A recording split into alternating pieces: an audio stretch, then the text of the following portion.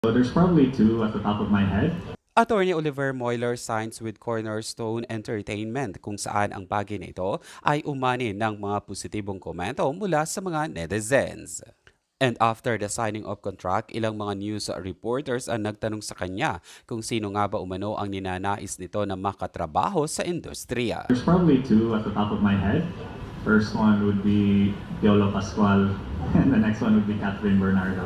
I mean, I think everyone idolizes them, right? So, yeah, they seem like amazing artists, amazing people. From what I heard, I haven't met them yet personally, but I heard they're amazing people. So, if I'm fortunate enough to get any sort of project with them, or even just to meet them, I'd be pretty happy.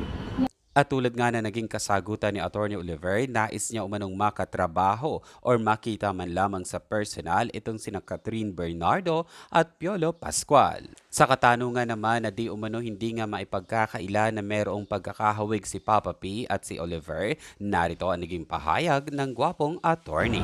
It's very flattering. I still remember college days was probably the first time people would say that. And, people would say jokes like, I'm the discount Papa P ng Cebu. So, yeah, I mean, it's flattering and I'm happy. And if it makes people happy, then I'm all for it. Dagdag pang pahayag ni Atty. Oliver Moyler, open umana siya sa kung anumang genre ang ibigay sa kanya ngayong nasa mundo na siya ng showbiz. Para sa balitang ito, ano ang komento mo? Just leave your comment below. At kung hindi ka pa po nakasubscribe, please do subscribe po para updated po kayo sa mga latest balita. Marami pong salamat!